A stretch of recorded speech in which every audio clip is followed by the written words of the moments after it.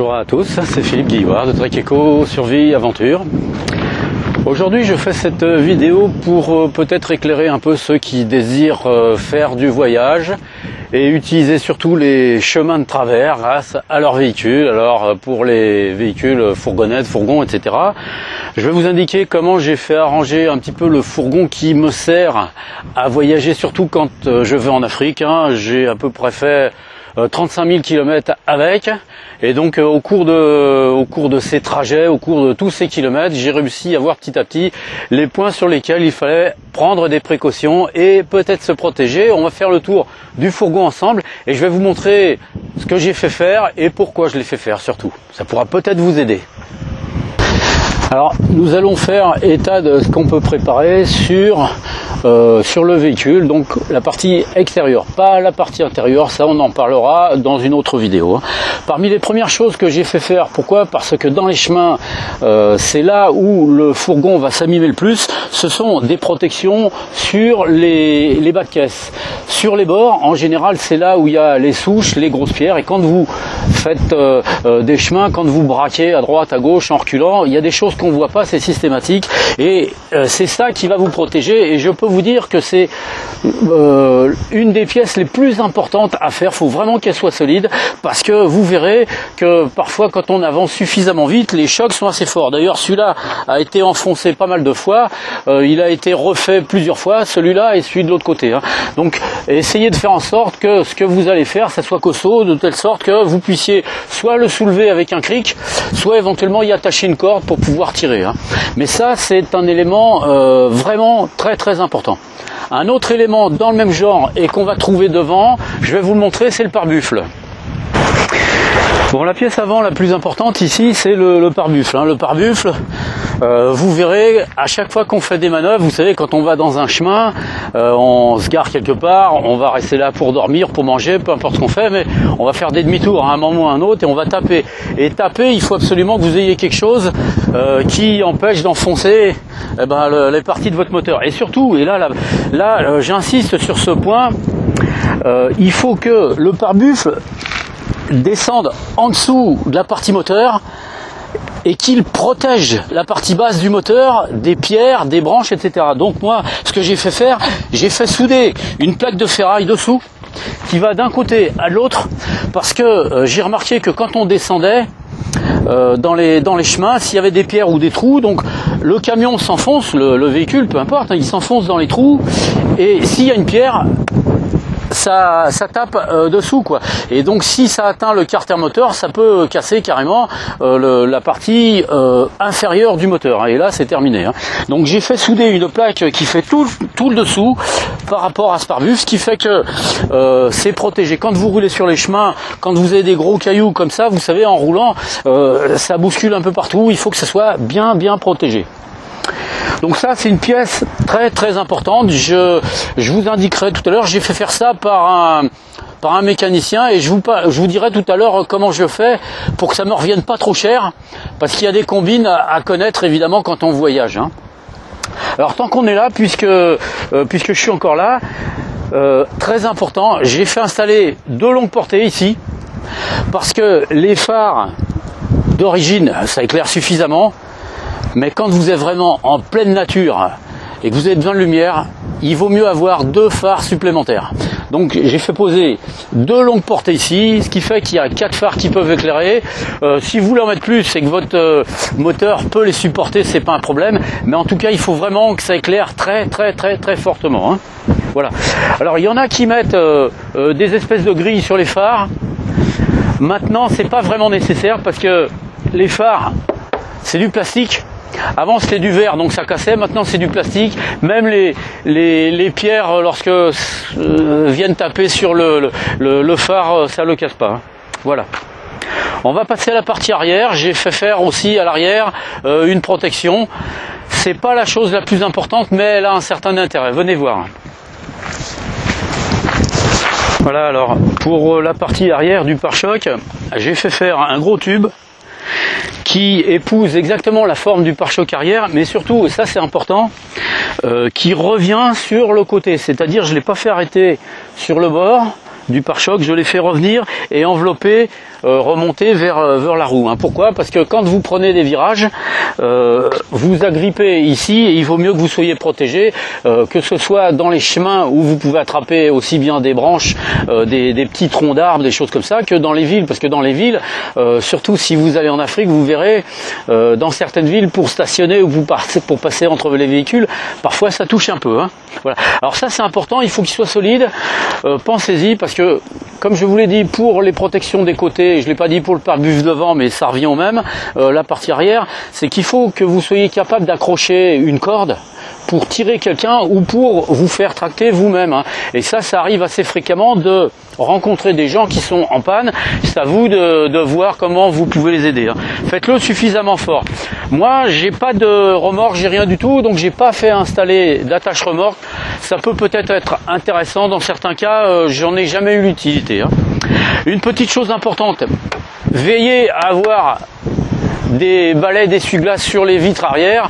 En Europe, c'est pas toujours forcément obligatoire ni utile, mais alors là, vous verrez, vous voyez la poussière qu'il y a sur le camion. Dès que vous roulez dans les chemins, on voit plus rien derrière, donc il faut avoir à peu près quelque chose là. Alors tant qu'on est derrière, je voudrais vous montrer ce que j'ai fait installer. J'ai fait installer sur la galerie des phares que j'ai mis ici, parce que quand on va dans la forêt, par exemple, pour s'installer et qu'on a besoin de reculer, qu'on est la nuit, c'est souvent qu'on voyage la nuit, il faut pouvoir éclairer l'arrière, et là, si vous avez juste les feux de recul, c'est pas suffisant. Donc, j'ai fait installer 2 vieux phares que j'avais, je les ai fait monter là-haut, comme ça, je suis tranquille, quand on recule, on a de quoi repérer ce qu'il y a en arrière. Hein. Voilà. Alors justement, on va passer un petit peu au-dessus, je vais vous montrer la galerie, parce que la galerie, c'est un point, je vais pas dire incontournable, mais presque, parce que on met des choses à l'intérieur, mais si vous voulez avoir de la place à l'intérieur, il y a des choses, faut les mettre sur la galerie. Allez, venez voir. Voilà. Alors, vous voyez, la galerie, elle fait pratiquement toute la hauteur du toit. Plus c'est grand et plus c'est pratique, parce qu'il y a vraiment beaucoup de choses à mettre dessus. En l'occurrence, tant que j'y suis, il faut que vous emmeniez 2 roues de secours. Une roue de secours, c'est bien, mais franchement, vous verrez, c'est pas assez. Il faut 2 roues de secours. Donc les roues de secours, vous les mettez en haut, comme ça vous êtes tranquille. Alors ici, sur ce fourgon, avec la galerie, il y a une échelle. Là, je l'ai enlevé, l'échelle, parce que quand on reste dans certaines villes, par exemple pendant quelques jours, les gosses ont tendance un petit peu à s'amuser. Ils montent sur l'échelle avec les patins à roulettes ou ce qu'ils ont, et puis ils s'amusent à se faire tracter. Donc pour éviter les accidents, moi j'ai enlevé l'échelle. Elle est à l'intérieur, et ensuite quand on repart, eh ben, hop, on remet l'échelle et ça permet d'accéder là-haut. Alors les galeries, c'est important à dire. Il faut que vous vérifiez au niveau de l'assurance les galeries qui sont homologuées avec votre véhicule. Parce que si jamais elle vient à se détacher, il faut être certain que votre assurance couvre le fait de l'arrachage ou etc. Maintenant, bon, vous n'êtes pas obligé d'en mettre une qui soit homologuée, mais en tout cas, si vous voulez être un petit peu tranquille par rapport à ça, c'est un peu mieux. Hein. Alors, vous voyez, cette galerie, donc elle est homologuée par rapport au Vito, là, c'est une galerie sur laquelle on peut marcher dessus quand on est là-haut. Faites attention à ça, il y a des galeries qui sont pas très solides, vous mettez un pied dessus et puis vous enfoncez dans le plafond du véhicule. Hein. Donc quelque chose qui soit très grand, protégé aussi bien sur les côtés que sur le dessous, vous pouvez attacher tout ce que vous voulez. Voilà. Je vais vous montrer un petit point intéressant. Là, c'est un point pratique. Au début de mes voyages, j'en ai pas tout de suite saisi l'importance, mais vous allez le comprendre quand je vais vous l'indiquer. Venez voir. Alors, vous allez voir, ce point, il est très très très important. Vous voyez, les vitres du fourgon, bon là, elles sont baissées devant, mais j'ai fait poser un film transparent noir pour couper le soleil, en même temps pour que les gens de l'extérieur voient pas ce qu'il y a à l'intérieur, mais c'est surtout pour couper du soleil, parce que quand vous êtes évidemment dans un pays où il fait très chaud, il y a du soleil en pagaille du matin jusqu'au soir.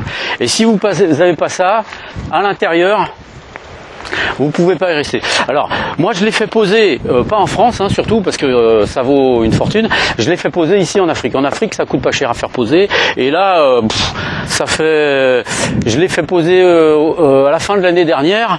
Vous voyez, on est au mois de septembre, donc ça fait 9 mois qu'il est dessus. Il n'a pas bougé, il n'est pas filé, il est rien du tout. Hein. Voilà, je pense qu'il fera encore certainement. Normalement, l'année prochaine, je vais refaire un voyage un peu plus bas encore. Donc, je pense qu'il sera dessus. Mais ça, c'est très important. Donc, tout le véhicule, sauf le pare-brise avant. Sur le pare-brise avant, j'ai fait poser un bandeau à peu près de 20 cm de largeur sur toute la hauteur à cause du soleil. Vous ne pouvez pas le mettre sur le pare-brise avant, et si vous allez dans certains pays, comme par exemple en Mauritanie, vous n'avez pas le droit d'en mettre sur les vitres du conducteur et passager. C'est absolument interdit. Alors faites-le avant de rentrer en Mauritanie, parce que sinon ça n'est pas inscrit nulle part et vous faites arrêter, et eux, leur plaisir évidemment, c'est de vous mettre un PV. Alors je vais vous dire comment ça se passe parce que ça m'est arrivé. On vous arrête, on vous fait stationner dans un périmètre de gendarmerie spécialisé, donc on met votre véhicule en fourrière et on vous dit, on vous enverra un papier, il faudra payer, mais vous n'avez pas le droit de rouler avec votre véhicule. Alors évidemment, il ne faut pas vous laisser faire, donc là vous rouspétez comme vous pouvez, vous faites appel à plein de gens, et si vous débrouillez bien, donc comme moi j'ai enlevé tout de suite systématiquement le film sur les deux vitres, et là il n'y a rien qui pouvait être constaté comme étant frauduleux, donc j'ai réussi à repartir avec le véhicule dans la journée. Bon, il est resté bloqué pendant une après-midi quand même, hein. Bon, il faut savoir que quand on voyage, mais ça je pense que tous ceux qui aiment le voyage et tous ceux qui veulent voyager doivent le savoir, c'est que quand vous voyagez, du début à la fin, vous allez voir, il vous faudra discuter. Que ce soit avec les autorités, que ce soit avec les gens, partout où vous allez aller, les commerçants, partout il faudra discuter. Pourquoi? Parce que chacun, plus ou moins, c'est pas qu'il essaye de vous truander, c'est qu'il chacun essaye de vivre un petit peu et de gagner quelque chose. Donc, mais ça fait partie en quelque sorte du folklore du voyage, hein. Voilà, alors ça, très très important. Alors voilà, donc le dernier sujet dont on va parler, ce sont les pneus. Les pneus, si vous achetez des pneus, on va dire tout terrain ou pour les chemins, vous verrez, ça coûte une fortune, hein. Donc moi, ce que je fais, j'achète des pneus neige, mais avec le plus de crans possible. Et je peux vous dire, depuis que je les ai, j'ai fait, je ne sais pas combien de kilomètres avec, mais on en fait vraiment beaucoup. Et ça n'empêche pas de rouler sur la route normale. Alors, important, surtout par rapport aux pneus, il faut que vos 6 pneus soient identiques, parce que si vous devez changer plus ou moins les pneus parce que celui-ci a éclaté, celui-ci a crevé, ou peu importe ce qui vous arrive, il faut que les pneus soient identiques, les 6. Ça c'est important. Donc si vous achetez des pneus neige, comme je vous ai dit, vous verrez, vous les paierez moins cher. C'est les prix les plus intéressants. Après, si vous avez les moyens de mettre des pneus renforcés, faites-le. Alors une petite astuce maintenant pour surélever le véhicule, parce que les véhicules ont besoin d'être surélevés légèrement.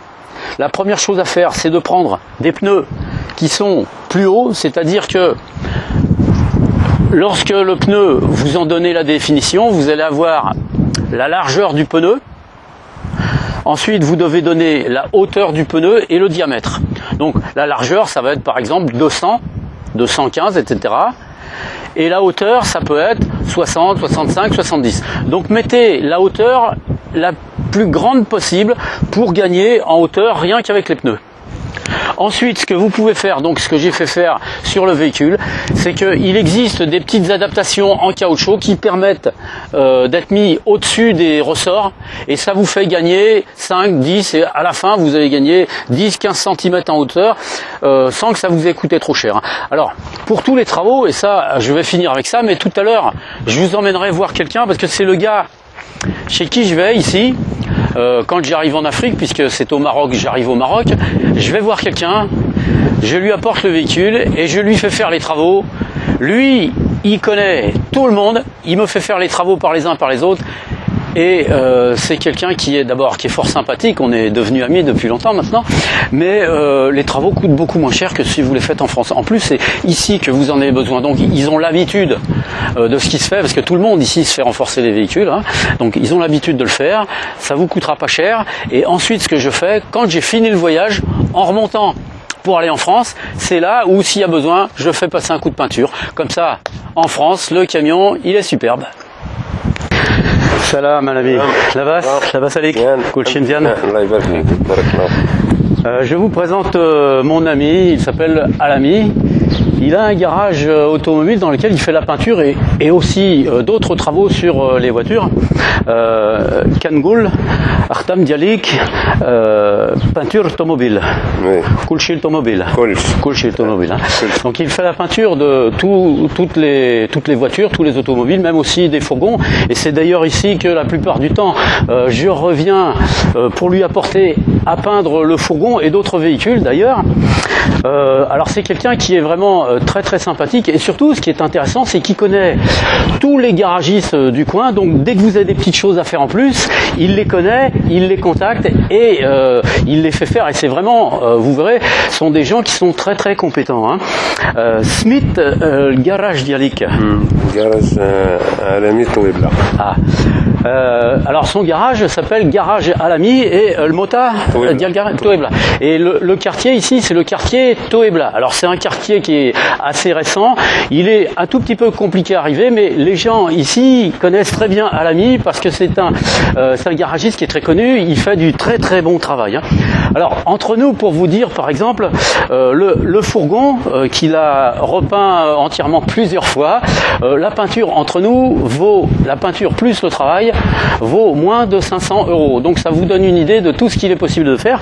Il nous a fait tous les arrangements aussi que je vous ai montré dans la vidéo, les pare-buffles, etc. C'est vraiment quelqu'un de très bien, hein. Kangul, Khdam, Dialik, Dial Tomobil, Mzian, Mzian Bzef. Et voilà, je lui explique, je vous ai dit que c'était lui qui avait fait le travail sur le véhicule. Voilà. Donc je vous répète, son quartier, le Mota, Hna, Touebla. Touebla, le quartier, et le garage, c'est le garage Alami.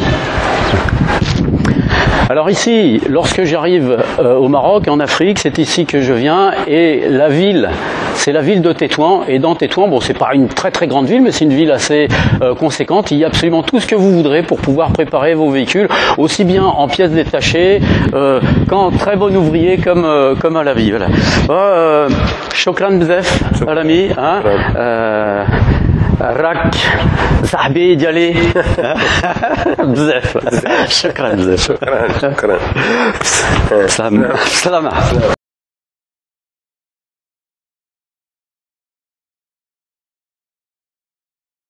Bon ben voilà, j'espère que par ces quelques points, ça pourra vous aider au cas où vous cherchez à bien vous préparer pour voyager et pour pouvoir faire des voyages qui vous soient agréables. Là, on a vu la partie extérieure. Je vous présenterai les aménagements qu'on peut faire sur la partie intérieure du véhicule, qui sont importantes. Évidemment, ça, ensuite, il faudra les adapter à ce que vous aimez. Mais on verra ça une autre fois. Bon, bah écoutez, moi, je vous dis à bientôt dans une prochaine vidéo. Et puis, bon voyage, hein.